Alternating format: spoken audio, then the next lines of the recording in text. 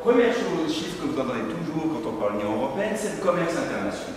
Et on va sans doute vous dire, écoutez, finalement tout va bien puisque la Suisse, en fait, on est déficitaire par rapport à l'Union européenne, donc ils ont plus besoin de nous qu'on a besoin d'eux. Alors, spécifiquement pour voir quelques chiffres ici, ce que je vous montre dans ce graphique, ce sont les soldes vis-à-vis de l'ensemble du monde et de l'Union européenne pour le commerce des biens et pour le commerce des services. Alors, ce que vous voyez, si je commence par la ligne bleue, ça c'est l'excédent commercial en termes de biens que la Suisse a avec le reste du monde. On était déficitaire au début des années 90, et il y a eu une première montée, puis une deuxième montée en 2005, et la Suisse en fait a un énorme surplus commercial. Et soit dit de façon un peu bizarre, on a pris services qui épargnent beaucoup, qui vont plus au reste du monde de manière assez substantielle que ce qu'on achète. Mais ça, c'est pour l'ensemble du monde. Si on prend pour les biens juste avec l'Union européenne, c'est la ligne rouge. Et là, vous voyez qu'on est toujours en déficit. Ce déficit est un peu fermé, mais c'est pour ça que je vous dis, finalement, ils nous vendent plus qu'on leur vend, donc ils ont besoin. Qu'est-ce qu'il en est si on regarde au niveau des services? Alors, la ligne verte montre pour l'ensemble du monde, donc les services de transport, banque, assurance. Là, la Suisse est excédentaire, ce qui n'est pas très surprenant. Nous sommes un pays sans matière première, où ce qu'on vend, c'est essentiellement notre matière grise, qui va plutôt se vendre sous forme de service. Historiquement, nous étions un grand exportateur d'un service qui s'appelait les mercenaires, et puis on est passé à autre chose. Donc là, il n'y a rien de surprenant. Et dans ce total, si on regarde l'Union européenne, on n'a pas les chiffres très anciens, mais on voit que c'est grosso modo équilibré. Okay. Maintenant, souvent les gens, on vous dit, vous disent, ah mais les Européens nous vendent plus qu'eux, donc ils ont besoin de nous.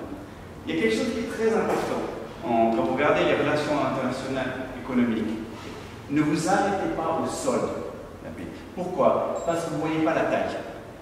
Prenons un exemple. Disons, je suis une entreprise et que Madame Tox est une autre entreprise et qu'on fait un commerce. L'entreprise Madame Tox est très importante pour moi puisqu'elle représente les 3/4 de mes ventes et les 3/4 de ce que j'achète. Par contre, l'entreprise de Madame Tox est beaucoup plus développée que la mienne. Pour elle, je ne représente que 10% de ses ventes et 10% de ses fournisseurs. Ben, vous imaginez bien que dans cette situation, on va manger ensemble, je vais insister pour payer l'addition. Parce que, d'abord, ce sera un plaisir, mais aussi parce que j'ai vraiment besoin de cette entreprise. Si tout d'un coup on ne fait plus affaire, moi je suis vraiment mal pris. L'autre entreprise dira finalement je peux faire ça. Et ça, cette relation ne me dit rien du solde. Est-ce que je vends plus cette entreprise ou elle me vend plus? C'est égal. Ce qui est important, ce qu'on appelle les flux bruts, c'est quelle est la part de ma clientèle que cette entreprise représente et qu'est-ce que je représente pour elle.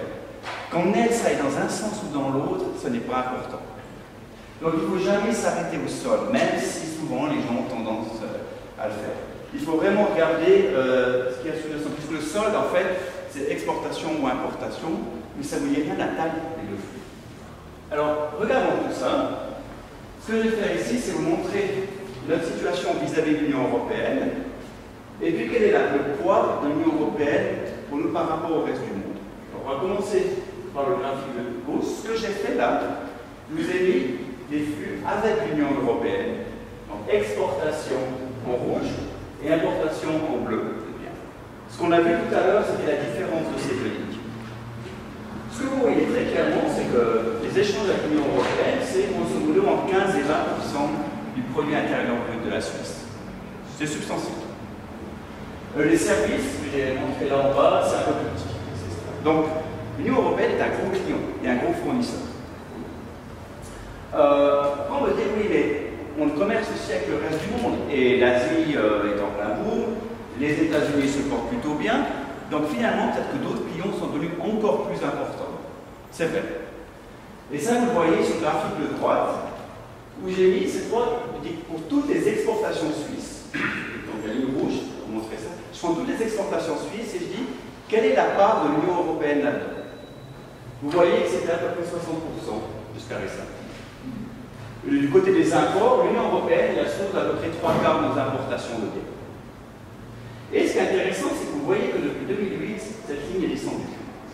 Pourquoi? Eh bien, l'Union européenne, comme on le sait, n'a pas eu une décennie économique très prospère.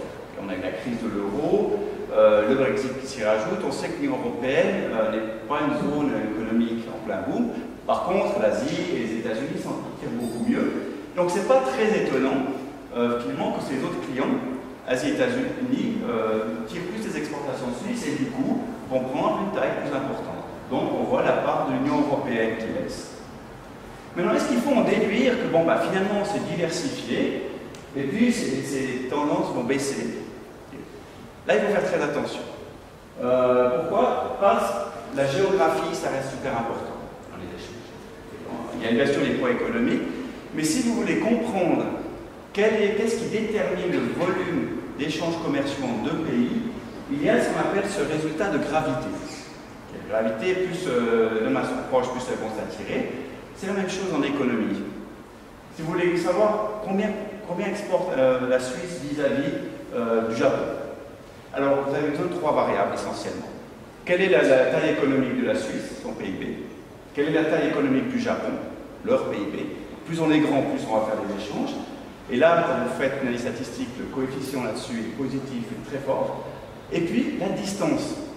Et quand vous mettez la distance dans ces analyses statistiques, vous avez un coefficient négatif, c'est ce résultat de gravité.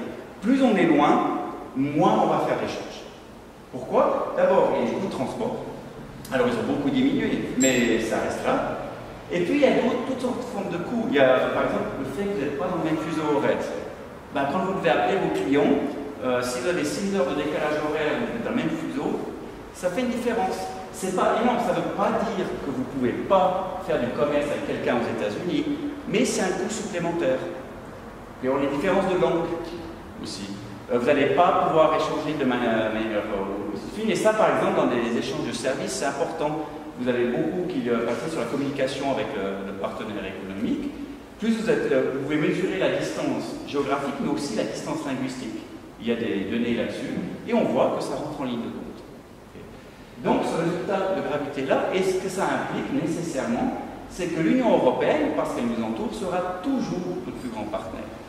Il faudrait vraiment qu'économiquement elle s'effondre pour que les autres, le reste du monde commence vraiment à la dépasser. Donc, on est à côté, on est condamné, si je puis dire, à bien s'entendre. Et donc, c'est pour ça que c'est important que, certes, il y a eu ces pics qui baissent. L'Union européenne est un client moins important que dans le passé, mais il ne faut pas en déduire que cette pic va continuer à baisser, parce qu'on va arriver à la contrainte géographique. Ils sont nos grands voisins, et donc ils seront toujours nos grands voisins. Donc ça, c'était pour le commerce. Si on regarde ce qui se passe au niveau des investissements, l'Union européenne reste un gros partenaire. Et ça, c'est le message. Alors, ce que je regarde là, j'ai pris ce qu'on appelle les investissements directs. Ce que c'est en fait ce qu'une entreprise investit, mais pour contrôler une autre. Donc ça peut être Nestlé qui a investi dans une filiale en France. Ça peut être vous construisez une nouvelle usine, ça peut être vous rachetez une entreprise existante. Et pourquoi se concentrer là-dessus? Parce que c'est là qu'on a des bonnes données géographiquement. Si vous regardez les données d'investissement en actions, ben, peut-être que je détiens des actions dans une banque à Londres, mais en fait c'est des actions américaines. Et là les données, c'est beaucoup plus compliqué pour tracer tout ça. Donc je vais me concentrer sur ces investissements directs, c'est des investissements avec un vrai contrôle économique. Alors, si on regarde, le panneau de gauche montre quelle est la taille de nos relations avec l'Union européenne par rapport au PIB. Ce qu'on voit, alors, la ligne 2 sont les actifs, c'est-à-dire ce que les entreprises suisses détiennent dans l'Union européenne, en forme de participation avec le contrôle. Donc ce serait par exemple Nestlé qui a une succursale dans l'Amérique. Ce que vous voyez, c'est que cette ligne bleue monte très fort. C'est quelque chose qu'on observe partout dans le monde. Surtout depuis les années 90, il y a eu une vraie globalisation financière, une forte hausse des investissements croisés. Donc la Suisse investit beaucoup plus à l'étranger, l'étranger investit aussi beaucoup en Suisse. Donc cette connexion financière est très forte. Qu'est-ce qui se passe? On regarde au niveau des passifs. Voilà, c'est la ligne rouge. Et vous voyez, donc les passifs, c'est ce que des entités européennes détiennent en Suisse. Vous voyez une énorme montée. Là, il y a un petit truc qu'il faut faire attention. C'est qu'en fait, ce que vous pouvez très bien avoir, c'est une entité au Luxembourg qui détient quelque chose en Suisse, mais qui en fait, l'entité luxembourgeoise, serait une succursale d'une entreprise japonaise. Souvent, ça se fait parce que si vous investissez dans notre pays, vous allez passer via un centre financier ou pour diverses raisons fiscales et administratives, telles mettre une succursale.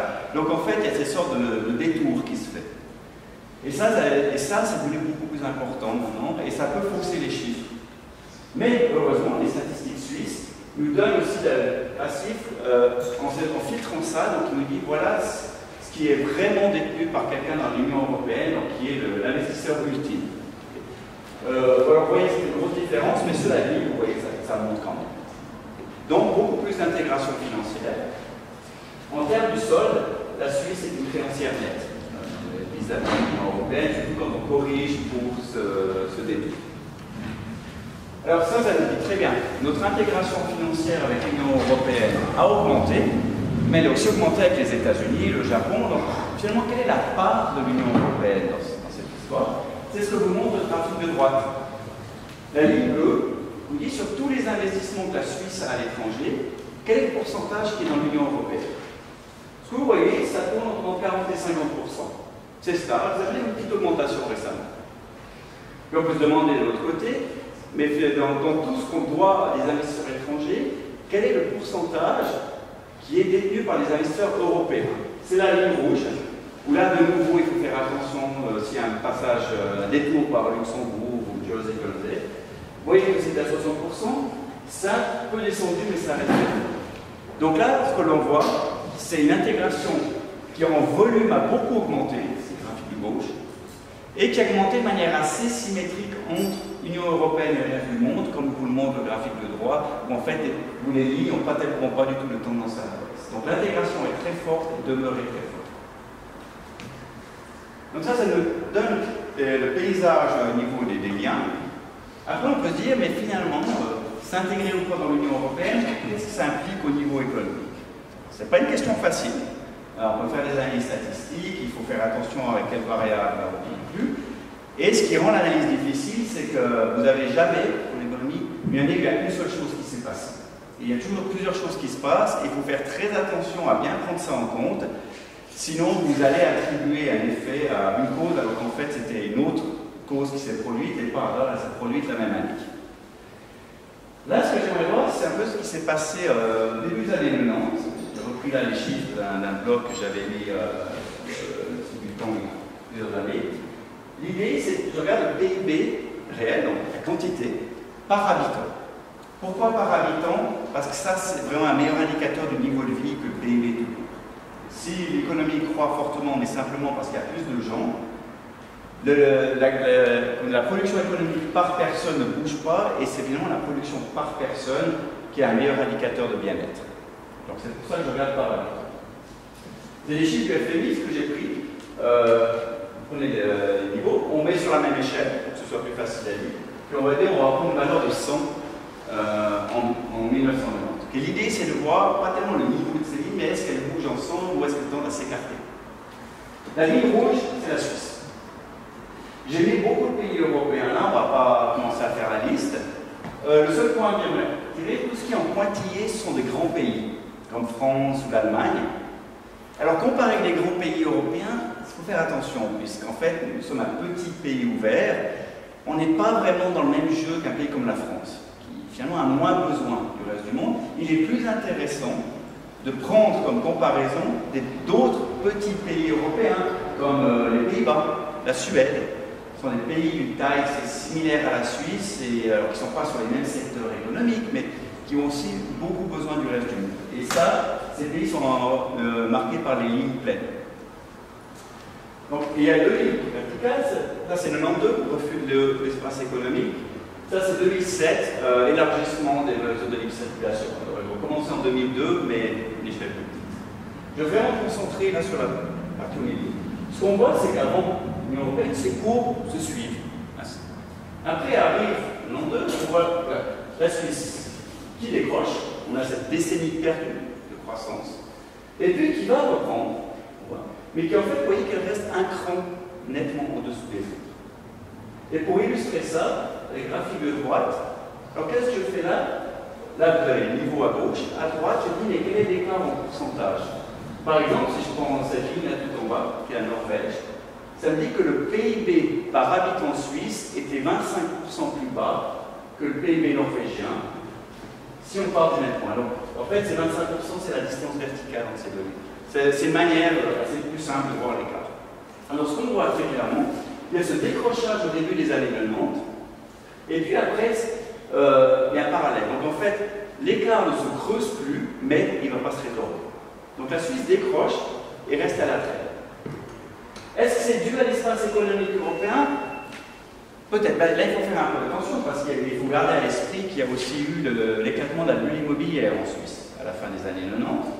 Donc, c'est pour ça qu'on voit la ligne rouge en fait se tasse déjà un peu avant 92.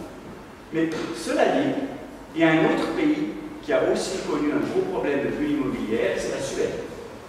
La Suède, c'est la ligne violette. Ici. Vous voyez très bien, elle décroche comme la Suisse, mais après, elle se rattrape. Donc, ce que ce graphique suggère, et de nouveau, pour vraiment bien boulonner ce raisonnement, il faudrait faire une étude plus fine. Mais ce que vous voyez, c'est que la Suisse a décroché, il n'est jamais revenu. Alors que les autres pays européens ont tendance à avoir évolué beaucoup plus de concert. Donc, ça suggère que le refus de l'espace économique européen a une conséquence. Le dimanche noir, M. Delannoy, n'était pas juste une figure de langage, c'était une vraie réalité. Qu'est-ce qui s'est passé plus récemment? Si on regarde maintenant le sujet de la votation qui vient, l'impact de la libre circulation. Alors, il y a là un aspect pour lequel les émissions font beaucoup, c'est qu'en fait, le PIB par habitant stagne en Suisse depuis plus de 10 ans. C'est ce que vous voyez sur le graphique de gauche. Donc, j'ai deux mobiles PIB par habitant. J'ai juste mis la Suisse parce que sinon le graphique serait beaucoup trop dense. Vous voyez qu'on monte. Donc, j'avais 2002. Ça, c'est la première vague de la libre circulation. 2007, c'est quand ça commence vraiment à être mis en place. Et on voit que le PIB par habitant monte, on a une croissance moyenne de 1,7%. Arrive 2007, ça s'aplatit. Et ça s'aplatit de manière substantielle. On va passer de 1,7 à 0,4. Ça n'a pas l'air de grand-chose, mais si vous disiez, mais qu'est-ce qui se serait passé si depuis 2007, on était resté sur la tendance de croissance qu'on avait avant? C'est la ligne verte. Ben, vous voyez un écart de près de 10%. Donc, par rapport à la tendance d'avant la libre circulation, on a un décrochement de 10%. Les émissions vous disent, bah, vous voyez, il y a un gros problème de libre circulation. Certes, mais là, on arrive tellement au point que je soulignais avant, dire, mais attention, est-ce qu'il s'est passé autre chose en 2007-2008? La grande crise financière. L'Europe a décroché et depuis était à la traîne. Donc, si vous êtes un pays avec votre grand voisin, un gros problème économique et sa croissance ralentit, ben, vous allez suivre. Donc ce qu'il faut se dire, c'est maintenant, qu'est-ce qui s'est passé dans d'autres pays qui ont connu la crise financière, mais qui n'ont pas eu la libre circulation? Ou enfin, qui l'avaient déjà, plus exactement. Donc vous pouvez faire ce même exercice avec tous les pays, vous pouvez calculer ce chiffre-là, et c'est ce que le graphique de droite vous montre. Donc ce graphique de droite vous dit, mais où sont ces pays en termes de PIB par habitant par rapport à la tendance d'avant 2007?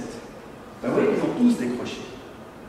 Donc tous les pays d'Europe, et même au-delà, les États-Unis, c'est la même chose, vous avez le PIB par habitant qui a ralenti.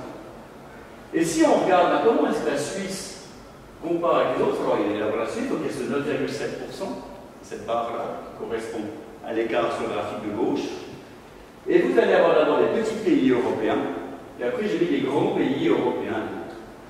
Ben oui, alors à part l'Allemagne, ça en est bien tiré, la Suisse est celui qui fait le moins. Est-ce que ça veut dire que la libre circulation en fait nous a aidé à amortir? Peut-être, en l'état, je ne tirerai pas ça comme conclusion ferme. Par contre, ce qu'on peut dire, alors clairement, c'est que ce ralentissement-là n'a rien à voir avec la libre circulation. C'est simplement la grande crise économique. Et donc, ce qu'il vous dit, c'est lorsque vous regardez l'évolution d'un pays, regardez peut-être ce qui s'est passé chez ses voisins. Ça vous permet de dire, est-ce que j'ai des pays qui ont tous eu la crise financière? Par contre, il y en a certains qui ont une réforme d'immigration et d'autres pas. C'est comme ça que vous arrivez un peu à extraire l'effet de l'immigration. Alors, qu'est-ce que tout ceci nous dit? D'abord, l'Union européenne est un partenaire majeur. Il ne faut pas se mentir. Alors peut-être moins que par le passé. Mais cette tendance à la diminution, elle avait là ses limites, simplement pour la géographie. Il y a ce résultat de gravité, plus vous êtes proche, plus vous allez échanger.